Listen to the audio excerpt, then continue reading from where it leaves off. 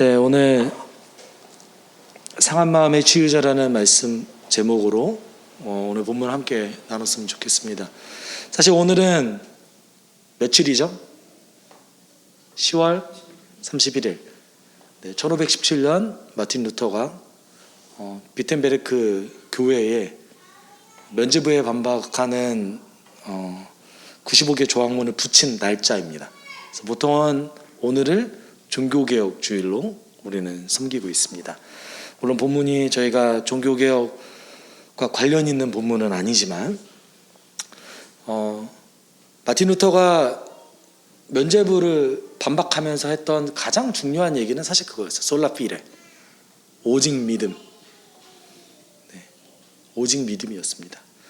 오직 믿음의 대상은 누구였죠? 예수 그리스도죠. 사실 저는 그 기독교 역사를 공부하면서 궁금했던 점이 뭐였냐면, 마틴 루터가 종교개혁을 일으켰느냐, 아니면 마틴 루터가 종교개혁을 하게 되는 어떤 그 발화점, 트리거라고 하죠 보통, 트리거가 됐느냐, 그러니까 이런 얘기인 거죠. 종교개혁을 마틴 루터가 했느냐, 또는 마틴 루터를 하나님께서 이용하셔서 종교개혁이 이루어진 것이냐. 교회 역사는 사실은 후자입니다. 항상 후자예요. 어떤 인물을 통해서 뭔가를 하나님께서 이뤄가시는 것이 아니라 수많은 도구들을 이용하셔서 하나님께서 어떤 역사를 이뤄내시는 거죠. 혼자 하는 경우는 절대 없습니다. 네. 혼자 어떤 일이 이루어진다, 이런 일은 없어요. 마틴 루터가 종교개혁을 이제 한참 주장할 때, 마틴은 사실 종교개혁을 주장한 것도 아니었어요.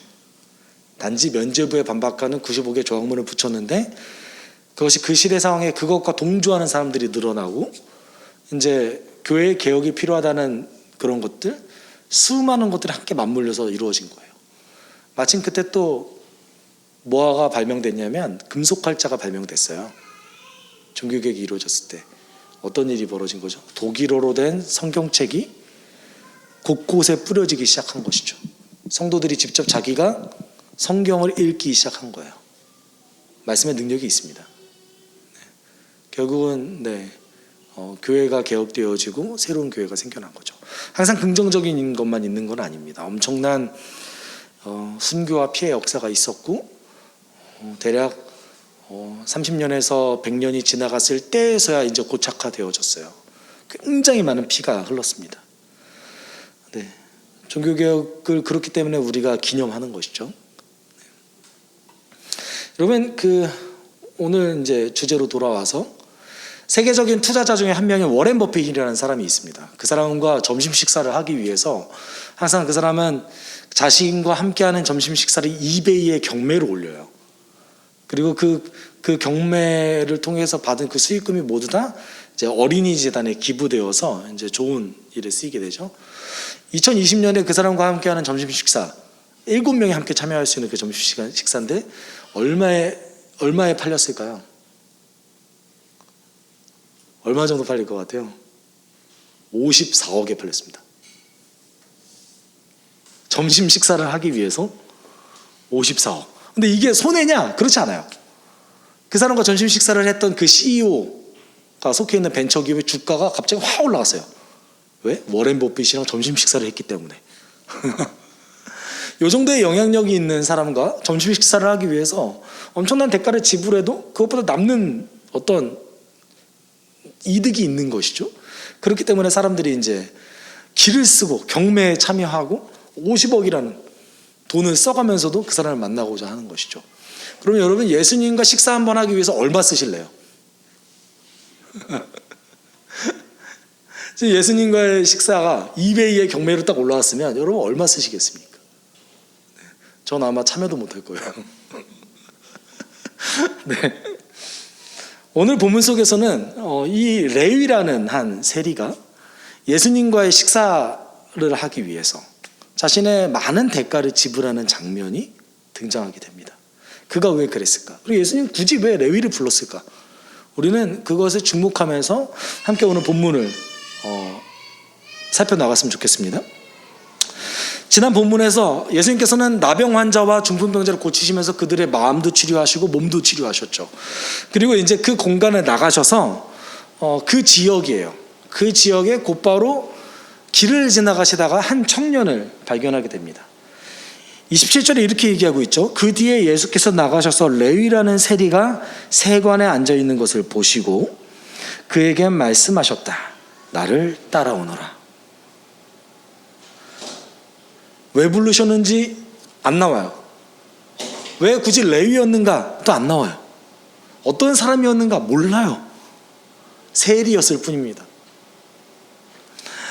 마가복음은 조금 더 자세하게 기록하고 있는데 예수께서 다시 바닷가로 나가셨다. 무리가 모두 예수께로 나오니 그가 그들을 가르치셨다. 예수께서 길을 가시다가 알페오의 아들 레위가 세관에 앉아있는 것을 보시고 말씀하셨다. 나를 따라오너라. 레위는 일어나서 예수를 따라갔다. 아주 간단하게 기록되고 있습니다. 다만 마가복음이 조금 더 자세하죠. 가버나움 바닷가에 나가신 거예요. 다시 중풍병자를 고치시고 그 집을 나가서 바닷가로 가셔서 사람들을 다시 가르치셨습니다. 그리고 길을 가시다가 레위라는 사람을 발견하게 됐는데 그 사람이 어디 있었대요? 세관에 앉아 있었다고 합니다. 그리고 27절에 뭐라고 얘기합니까? 나를 따라오너라. 그런데 여기서 27절에서 얘기하는 것, 세관에 앉아 있는 것을 보시고 라고 얘기하고 있잖아요. 이것이 이제 정확한 직역으로 하면 물끄러미 자세히 보신다는 얘기예요. 가만히 지나가다가 가만히 보신 거예요. 레위를. 그러더니 한마디 하신 거죠. 나를 따라오너라. 아마 레위와 예수님 눈이 마주쳤겠죠. 계속 빤히 쳐다보는데 그렇게 많이 따라다니는, 사람이 엄청나게 따라다니는 그 예수님을 레위도 관심을 갖고 지켜봤을 겁니다. 그런데 갑자기 아무도 거들떠보지 않는 그 세리를 예수님이 쳐다보신 거예요. 그리고 나를 따라오너라 이렇게 얘기했습니다. 사실 이것이 굉장히 충격적인 사건이에요. 왜냐하면 여기서 나오는 세관은 어떤 건물을 얘기하는 것이 아니라 그 성문 앞에 어떤 테이블 같은 것이 있어서 통행세를 걷는 그 자리를 얘기해요. 그래서 성문을 지나갈 때마다 통행세를 내는 것이죠. 그런데 당시 로마 사회도 그렇고 유대인 사회도 그렇고 세리는 보통 어떤 취급을 받았냐면 로마인들은 세리를 그 성매매 업주, 포주와 동일한 사람으로 여겼어요. 굉장히 돈을 벌기 위해서 물불을 안 가리는 사람으로 여겼던 것이죠. 굉장히 부도덕하고 명예도 없고 돈만 밝히는 사람으로 봤던 거예요. 유대인들은 세리를 강도로 여겼습니다. 근데 아이러니한 것은 정말 말도 안 되는 건 뭐냐면 레위는 직원에 불과했어요. 사실은 세금 징수권을 판매한 건 누구예요? 로마 정부예요.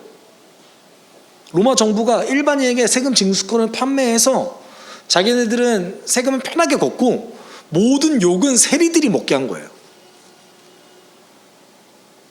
그 로마 엘리트들은요, 자기네들이 그거를 판매했음에도 불구하고 세금과 세금 징수와 관련된 어떠한 일도 관계하지 않았습니다. 이유는 어떤 불명예스러운 일에 관련되기 때문에 그래요. 무조건 욕을 먹게 돼 있으니까 정치인이기 때문에 그걸 피한 거예요. 네. 그러니까 욕바지를 이렇게 세워놓은 거예요, 사실은. 유대인들은 이 통행세를 강도짓이라고 생각했거든요. 왜냐하면 유대인들은 이동을 많이 해야 돼요. 이유가 있습니다. 유대인들이 1년에 한 번 무조건 유월절을 지켜야 돼요. 그러면 예루살렘에 사는 사람은 그래도 괜찮은데 여러분 그 조금만 멀리서 한 도시 15개만 통과해 보신다고 생각해 보세요. 그러면 그때마다 통행세를 내야 되는데 엄청난 비용이 드는 거예요. 유대인들은 이걸 굉장히 큰 강도짓이라고 생각했습니다. 심지어 자신들이 하나님과 경건을 유지하는 데 방해되는 요소로 생각했어요. 그렇기 때문에 세관에 앉아있는, 통행세를 걷고 있는 세리들을 어떻게 받겠어요? 굉장히 혐오스러운 눈으로 세리를 항상 바라봤던 것이죠. 그런데 칭송받는 선지자인 예수가 갑자기 세리를 보면서 나를 따라오너라 이렇게 얘기한 거예요. 그랬더니 레위가 누가복음에 의하면 이렇게 얘기하고 있습니다. 레위가 모든 것을 버려두고 일어나서 예수를 따라갔다. 여러분, 마태, 마가, 누가복음에 모두 동일하게 레위가 예수님을 따라가는 장면이 등장하는데 마태복음에서는 마태로 기록하고 있습니다. 그리고 마가복음, 누가복음은 레위라고 얘기하고 있어요. 그러면은 레위가 마태일까요? 다른 인물일까요? 동일 인물일까요? 보통은 동일 인물로 봅니다. 그러니까 당시 시대 사람들은 조금 이름을 2개 이상 가지고 있는 사람들이 많이 있었어요. 예를 들어서 시몬의 다른 이름이 뭐였죠? 베드로. 그렇죠? 그리고 또는 또 다른 이름으로 또 불렀죠. 게바. 이런 식으로 비슷한 뜻인데 다르게 불렸다는 것이죠. 그래서 이렇게 마태와 레위를 동일 인물로 보는 경우가 많이 있는데 사실은 아주 정확한 근거는 없어요. 근데 근거가 딱 2개 있는데 뭐냐면 마태, 마가, 누가복음에 동일한 사건이 기록되어져 있다. 이것이고, 두 번째는 예수님의 제자 중에 세리는 한 명밖에 없었습니다. 제가 수정해서 얘기할게요. 예수님의 12제자 중에, 예수님의 12제자 중에서는 세리가 단 한 명밖에 없었어요. 그렇기 때문에 마태와 레위를 동일 인물로 보는데, 그러면 왜 마태복음에서는 마태로 기록했을까? 이건 추측이에요. 많은 성경학자들이 추측하기는 예수님이 이름을 바꿔주시지 않으셨을까? 예수님이 마태라는 이름을 내려주시지 않으셨을까라고 이제 보통 이야기합니다. 베드로도 본인 이름을 예수님이 바꿔주셨잖아요. 베드로라는 이름으로. 그리고 나서 베드로 스스로도 자신이 베드로라는 이름을 더 좋아했어요. 네. 원래는 시몬이지만 후에는 계속 베드로로만 불리잖아요. 마태도 비슷했던 것으로 보여져요. 그래서 레위이지만 이 사람이 이름이 변경되어지고 나서 계속 마태로 불렸던 것으로 보여집니다. 레위는 마태일 가능성이 매우 높은 사람인 거죠. 저는 마태로 봅니다. 나중에 복음서까지 기록한 사람인 거죠. 여러분, 그런데 마태, 마가, 누가복음에 전부 다 이것에 대해서 기록하고 있는데 누가복음의 특징이 딱 하나 있어요. 뭐냐면 모든 것을 버려두고는 누가복음에서만 기록되어져 있어요. 마태, 마가복음에서는 그냥 따라갔다 이렇게 얘기하고 있는데 누가복음에서는 모든 것을 버렸다라고 얘기하고 있습니다. 이걸 통해서 우리는 누가가 바라보는 제자의 모습을 잠시 볼 수 있어요. 누가가 생각하는 제자는 어떤 사람입니까? 버리는 사람이에요. 예수를 따르기 위해서 내 것을 기꺼이 버려두는 사람들이 다 제자라 이거예요. 누가가 기록했던 사도행전을 보더라도 사도들의 발 앞에서 자신의 모든 소유를 팔아서 교회 앞에 내려놓는 성도들의 모습을 기록하고 있습니다. 누가가 바라보던 제자의 모습이었던 것이죠. 베드로, 안드레, 요한, 야고보 역시 자신들이 가지고 있었던 배를 버려두고 모든 것을 버려두고 예수를 따라갔다라고 얘기하고 있습니다. 후에 등장하는 사람들도 역시 얘기 나오죠. 예수님께 찾아왔던 부자 청년에게 예수님 뭐라고 얘기하셨습니까? 너가 율법을 다 지켰다면 그래, 너의 소유를 팔아서 가난한 자를 도와주라. 누가가 계속 강조하는 거예요. 심지어 나중에 등장하는 삭개오도 자신의 소유를 팔아서 그 다음에 자신이 그동안 했던 모든 것이 있다면 4배나 계속 갚아주겠다고 얘기하죠. 자신의 소유의 아주 상당 부분을 팔고 예수의 제자로서 살아가는 거예요. 제가 얘기하는 제자는 사도를 얘기하는 게 아닙니다. 네, 예수를 따르는 사람. 누가가 얘기하는 제자의 모습은 아주 명확한 겁니다. 예수가 내 인생에 가장 가치 있다고 여기는 사람들. 나의 모든 것을 버려두더라도, 사실 이게 극단적이죠. 여러분, 안심하세요. 그러니까 12사도인 거예요. 삭개오는 다 팔진 않았어요. 그러니까 12사도인 거예요. 자신의 가지고 있는 것보다 예수가 더 소중하다. 예수가 내 인생에서 가장 가치 있다 라고 여기는 사람들이야말로 제자라 이건 거죠. 네. 내 소유를 다 버려뒀다, 이게 문제가 아닌 거예요. 누가에게 있어서. 레위가 모든 것을 버리고 예수를 따라갔습니다. 그런데 그 뒷장에 갑자기 이상한 얘기가 나와요. 레위가 자기 집에서 예수에게 큰 잔치를 베풀었는데 많은 세리와 그 밖의 사람들이 큰 무리를 이루어서 그들과 한자리에 앉아서 먹고 있었다. 모든 소유를 다 버렸는데 어떻게 잔치를 벌이죠?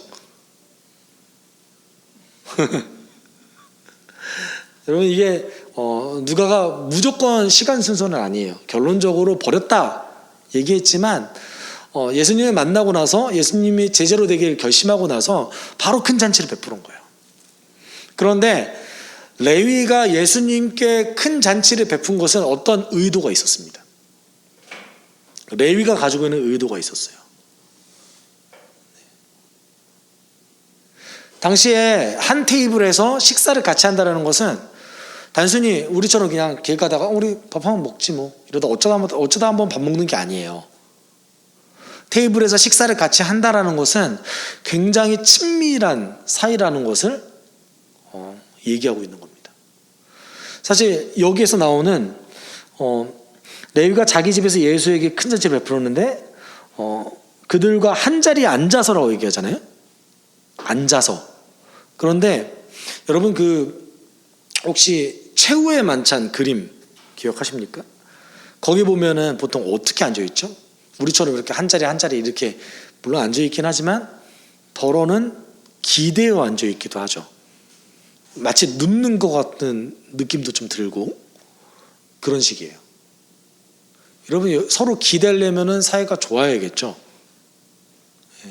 실제로 이 헬라어를 직역하면 서로 기대어 앉아 있었다라고 얘기하고 있습니다. 근데 이런 모습을 바라봤던 바리새인과 율법 학자들은 꼴보기가 싫은 거예요. 왜냐하면 자신들이 그렇게 혐오하는 사람들인데 이 뭐하는 짓인가라고 생각하는 거죠. 30절에 바리새파 사람들과 그들의 율법학자들이 예수의 제자들에게 불평하면서 말하였다. 어찌하여 당신들은 세리들과 죄인들과 어울려서 먹고 마시는 거요?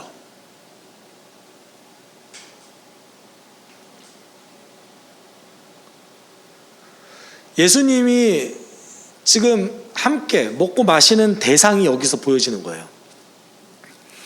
어떤 사람들입니까? 세리들. 그리고 뭐라고 얘기하고 있습니까? 죄인들이라고 얘기하고 있습니다. 죄인들. 그러면 바리새인과 율법학자들이 야, 얘들은 죄인들이야 라고 얘기하는 사람들이 대체적으로 어떤 사람이겠습니까? 첫 번째는 회당에 들어오지 못하는 사람들이에요. 그렇죠? 그리고 아마도 하층민 계급의 가능성도 높습니다. 또는 로마 정부와 가까운 사람들일 수도 있어요. 또는 창녀, 또는 레위 스스로가 알고 있었던 레위, 세리라는 사람들과만 어울렸던 그런 사람들. 바리새인들이 봤을 때는 저 밑바닥 사람들. 그렇다면 우리 여기서 질문을 딱 해야 돼요. 이럴 수 있어요. 바리새파 사람들이 예수님 보면서 왜 저런 사람들이랑 어울려? 라고 얘기할 수 있죠. 그런데 왜 이렇게 민감하게 반응할까요? 이유가 있습니다. 바리새파 사람들은, 특별히 이제 바리새파 사람들뿐만 아니라 유대인들은 자신들이 생각했을 때 부정하고 더럽다라는 사람들과 절대 식사를 하지 않았어요. 그들과 관계하지 않았어요. 그 이유는 요구절 때문에 그래요. 함께 읽을까요? 시작. 너희는 거룩한 것과 속된 것을 구별하여야 하고 부정한 것과 정한 것을 구별하여야 한다. 이거를 확대 해석한 거예요. 바리새파 사람들은 항상 이런 거예요. 사람들을 딱 보면 구별해요. 야, 얘는 거룩해. 쟤는 좀 부정해. 그래서 또 바리새파 사람들이 하는 게 뭐냐면 음식도 정한 것과 부정한 게 있잖아요. 이게 아주 중요한 거예요. 여러분, 심지어 베드로조차 부정한 음식을 안 먹었어요. 이게 바리새파 사람들만 그런 것이 아니라 대부분의 자신이 경건하다고 생각하는 유대인들이 전부 다 이런 식의 생각을 한 거예요. 거룩한 것과 부정한 것을 구별하는 것. 여러분, 그런데 하나님께서 레위기를 통해서 이 말씀을 주셨을 때 인간을 차별하기 위해서 이 말씀을 주셨을까요? 아닌 거죠. 내 행동을 구별해라. 너의 행동이 거룩한지 부정한지, 내가 거룩하니 너희도 거룩하라, 이거잖아요. 그런데 유대인들은 구별했어요. 쟤는 부정해. 과부들과 창기들을 무시했어요. 여러분, 과거 시대에, 특별히 이제 2000년 전에 시대 상황 속에서 과부들과 창녀들이 도대체 어떻게 살아남을 수 있겠습니까? 살아남을 방법이 별로 없는 거예요. 성경에 그래서 계속해서 강조하는 대상 중에 한 명이 누굽니까? 과부. 그리고 누구예요? 고아. 너희 사회는 이 사람들은 무조건 챙겨라, 이게 하나님 말씀이에요. 그런데 바리새파 사람들은, 그리고 유대인들은 어떻게 했죠? 구별했어요. 부정한 사람들, 죄인들. 예수님이, 그리고 오늘 이제 30절에 보면은 예수님한테 따진 것도 아니에요. 누구한테 따졌어요? 제자들한테. 감히 예수님 앞에는 따지지는 못하고 제자들한테 수덕수덕 된 거예요. 그랬더니 그 모습을 보고 예수님 뭐라고 얘기하십니까? 건강한 사람에게는 의사가 필요하지 않으냐? 병든 사람에게는 필요하다. 나는 의인을 부르러 온 것이 아니라 죄인을 불러서 회개시키러 왔다.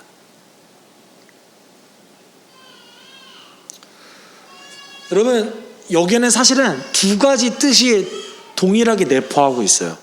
원래 우리가 이제 요 말씀을 표면적으로만 보면 어떤 생각이 듭니까? 마치 바리새파 사람들은 건강한 사람이기 때문에 예수님은 세리들과 죄인들을 위해서 오셨다라고 예수님이 설득하는 것처럼 보여지잖아요. 그렇죠? 난 너희들은 그냥 괜찮잖아. 그러니까 나는 저들을 회개시키러 왔어. 마치 우회적으로 얘기하는 것 같잖아요. 그게 아닙니다. 사실은 굉장히 그 바리새파 사람들이라면 사실 지도자급이에요. 율법학자도 당시 유대인들 사이에서는 지도자급입니다. 그들을 비판하는 내용 중에 하나예요. 여러분, 식탁교제는 당시 시대상에 두 가지 종류의 식탁교제가 있었습니다. 첫 번째는 바리새인의 식탁교제예요. 이게 뭐냐면 일반인이 바리새인을 자신의 식탁에 초대하는 거예요. 그래서 식사를 하면서 뭐를 나눌까요? 모세 율법에 대해서, 하나님 말씀에 대해서 바리새인을 통해서 듣는 거예요. 두 번째는, 여러분 지금도 그 용어가 쓰여지는데 심포지움이라고 혹시 이름 들어보셨습니까? 현대사회 속에서는 심포지움이 어떤 뜻으로 정해지냐면 한 가지 주제에 대해서 두 전문가가 나와서 그 전문가들이 의견을 서로 나누는 것, 토론하는 것이 심포지움이에요. 그런데 당시 시대 속에서는 어떤 사람이었냐면, 어떤 것이었냐면 학식 있는 사람들, 철학자, 그리고 매우 지식이 높은 사람을 자신의 식사 자리에 초대해서 철학적인 토론을 나누는 거예요. 인생의 지혜에 대해서 듣는 거예요. 지금 레위가 한 행위가 뭡니까? 심포지움을 한 거예요. 예수님이라는 당대의 가장 잘 나가는 선지자를 자신의 집으로 불러서 이제 식탁 교제를 하면서 심포지움을 한 거예요. 그런데 여기에 이제 바리새인들이 태클을 건 거죠. 예수님 뭐라고 얘기했습니까? 야, 나는 병든 사람을 위해서 왔어. 나는 죄인을 불러서 회개시키러 왔어. 이게 사실은 뭘 비판한 거냐면 에스겔에서 모티브를 따와서 비판한 거예요. 에스겔에서 34장에 보면 하나님께서 에스겔 선지자를 통하여서 이스라엘의 목자들, 이스라엘 지도자들을 비판하십니다. 어떻게 비판하시냐면 이렇게 비판하세요. 너희는 약한 양들을 튼튼하게 키워주지 않았으며 병든 것을 고쳐주지 않았으며 다리가 부러지고 상한 것을 싸매어주지 않았으며 흩어진 것을 모으지 않았으며 잃어버린 것을 찾지 않았다. 오히려 너희는 양떼를 강압과 폭력으로 다스렸다. 목자가 없기 때문에 양떼가 흩어져서 온갖 들짐승의 먹이가 되었다. 예수님 사실 비판하실 거예요. 야, 너희들이 에스겔 선지자가 얘기하는 그 목자야. 나는 에스겔이 예언한 그 진정한 목자야. 너희들이 돌보지 않았던 저 병든 자들 내가 돌볼 거야. 두 번째는 뭐예요? 너희도 병들어서 근데 병든 거 모르는 거잖아. 에스겔에 의하면 목자도 병들었어요. 목자가 병들었으니까 양을 돌보지 않는 것이죠. 예수님 비판하신 거예요. 그런데 이 비판보다 더 중요한 요소가 있었어요. 뭐냐면 레위의 마음을 만지신 거예요. 여러분, 레위가 평생을 자신의 세례로 살면서 바리새인들에게 욕을 안 먹었겠어요?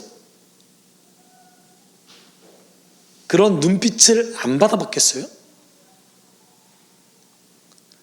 항상 혐오의 눈빛을 받아봤던 이 레위가 선지자로 칭송받는 예수를 초청할 때 어떤 사람들을 초청했습니까? 세리와 죄인들을 초청했어요. 논란이 안 될 거라고 생각했을까요? 논란이 되죠. 당연히 논란이 되죠. 심지어 그 자리에 누구까지 따라왔어요? 바리새파 사람들과 율법학자가 따라왔대요. 그런데도 불구하고 레위는 왜 이렇게 당당하게 자신의 동료들이었던 세리들과 죄인들을 불렀을까요? 이건 예수님께 질문을 한 거예요. 예수님, 당신도 저들처럼 우리를 이렇게 볼 겁니까? 우리의 식탁에 함께 앉아주실 수 있습니까? 예수님의 대답이 이거였어요. 나는 죄인들을 불러 회개시키러 왔다.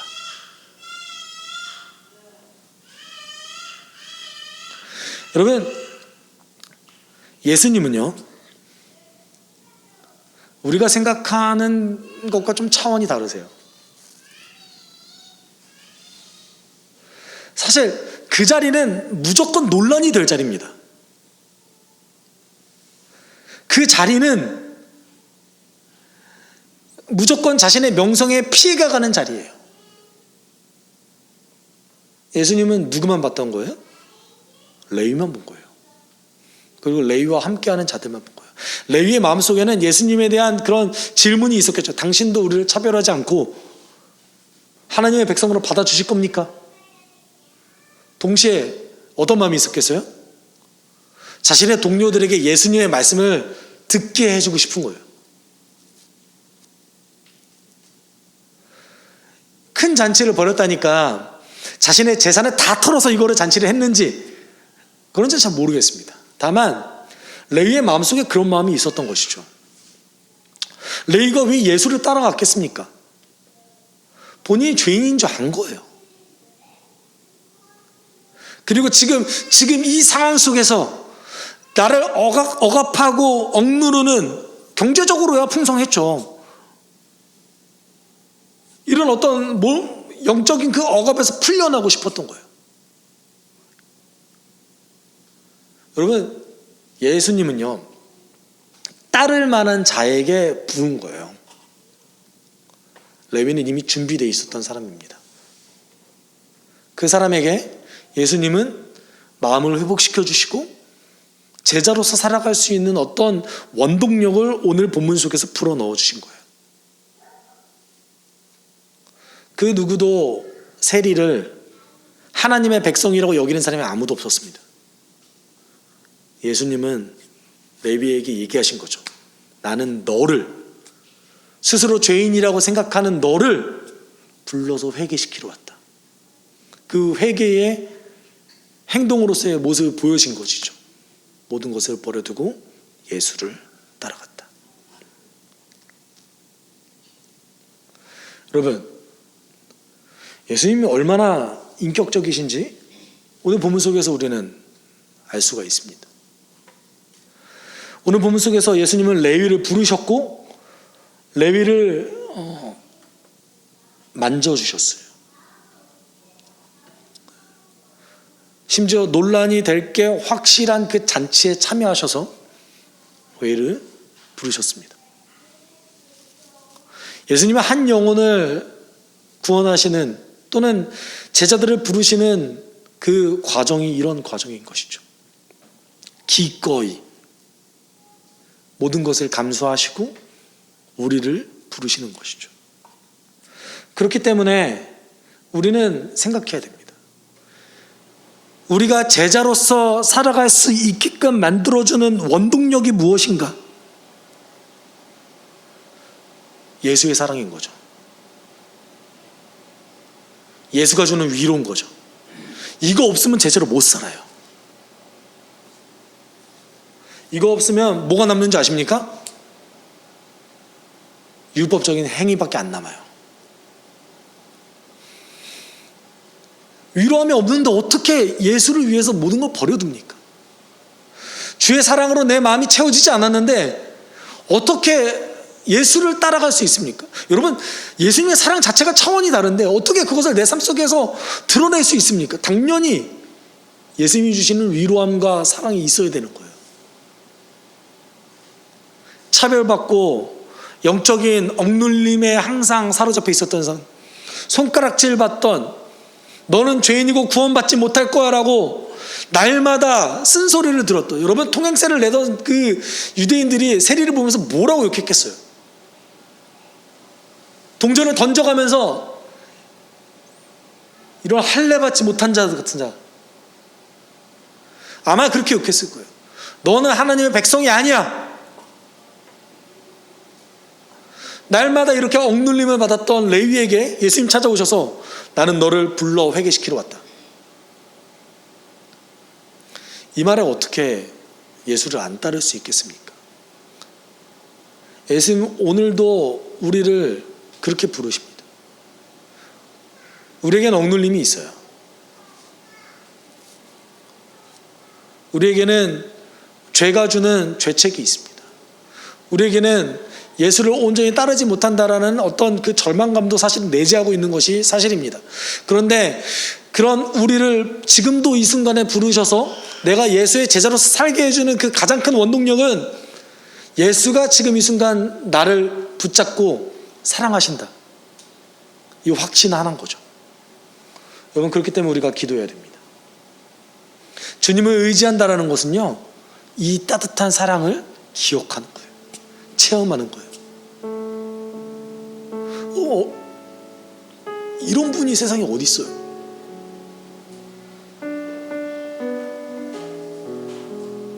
세상에 이렇게 긍정적으로 사람을 이끄시는 분이 어디 있어요? 이거야말로 긍정의 힘이죠. 우리가 그렇기 때문에 기도할 때는 하나님, 제발 당신의 사랑으로 날 채워주십시오. 당신의 그 위로함으로 날 채워주셔서 내가 감당할 수 없는 일도 당신 때문에 감당할 수 있게, 제자로서 온전히 살아갈 수 있게 나를 인도하여 주시옵소서. 나의 오늘 하루를 지켜주시옵소서. 우리 함께 기도하도록 하겠습니다. 사랑 많으신 하나님 아버지, 당신 같은 분이 있습니다. 내 주 같은 분이 어디 있습니까? 하나님, 내일을 찾아오셔서 하나님 그들을 부르셨다. 사랑의 눈길 하나님 주옵소서. 사랑이 많으신 하나님 아버지, 예수 그리스도의 그 사랑만이 내가 제자로서 살아갈 수 있는 온전한 원동력이 됩니다. 하나님, 레위가 모든 것을 버릴 수 있었던 이유는 예수의 사랑이, 그의 사랑이 얼마나 큰지 알았기 때문에 그렇습니다. 하나님, 오늘 이 순간에 나를 지켜주십시오. 오늘 이 순간에 내가 제자로서 살아갈 수 있게 주의 사랑으로 나를 채워주십시오. 주의 사랑을 바랍니다. 성령의 능력으로 내가 회개하게 도와주시고, 하나님, 그 사랑 때문에 회개할 수 있게 도와주십시오. 하나님, 너는 죄인이라고 손가락질부터 회개하는 게 아닙니다. 하나님 아버지, 주님의 사랑 때문에, 주님의 그 놀라운 그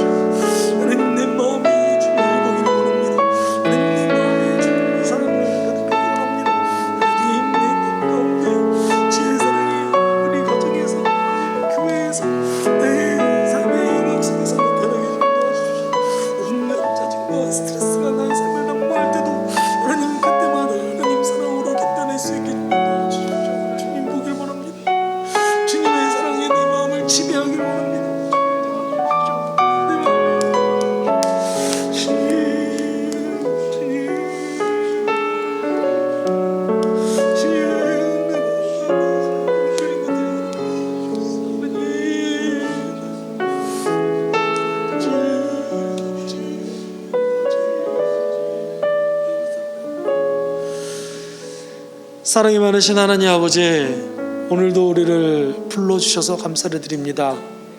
그 따뜻한 사랑으로 제자를 위를 부르셨던 것처럼 오늘 우리도 부르셔서 주님의 사랑 안에 거하게 도와주시옵소서. 주님, 어떤 지적이나 강요에 의해서 레위가 회개한 것이 아니라 주의 사랑에 압도되어서 그가 자복하고 회개한 걸로 믿습니다. 우리의 삶이 그렇게 될 줄 믿습니다. 우리가 주님의 사랑에 압도되어 우리의 죄를 자복하고 우리를 더 겸손히 하여 예수를 따를 수 있게 주님 도와주시고, 주님 한 주간의 삶을 지켜주셔서 그 어떤 유혹에도 버텨내고 나의 마음을 지킬 수 있게 주님 인도하여 주옵소서. 감사드리며 예수 그리스도의 이름으로 기도드립니다. 주 예수 그리스도의 은혜와 하나님의 사랑과 성령의 교통하심이 우리 함께 모여 예수 따르기 원하고 주의 사랑에 빠져들기 원하는 성도 위에 영원토록 함께 있을지어다. 아멘.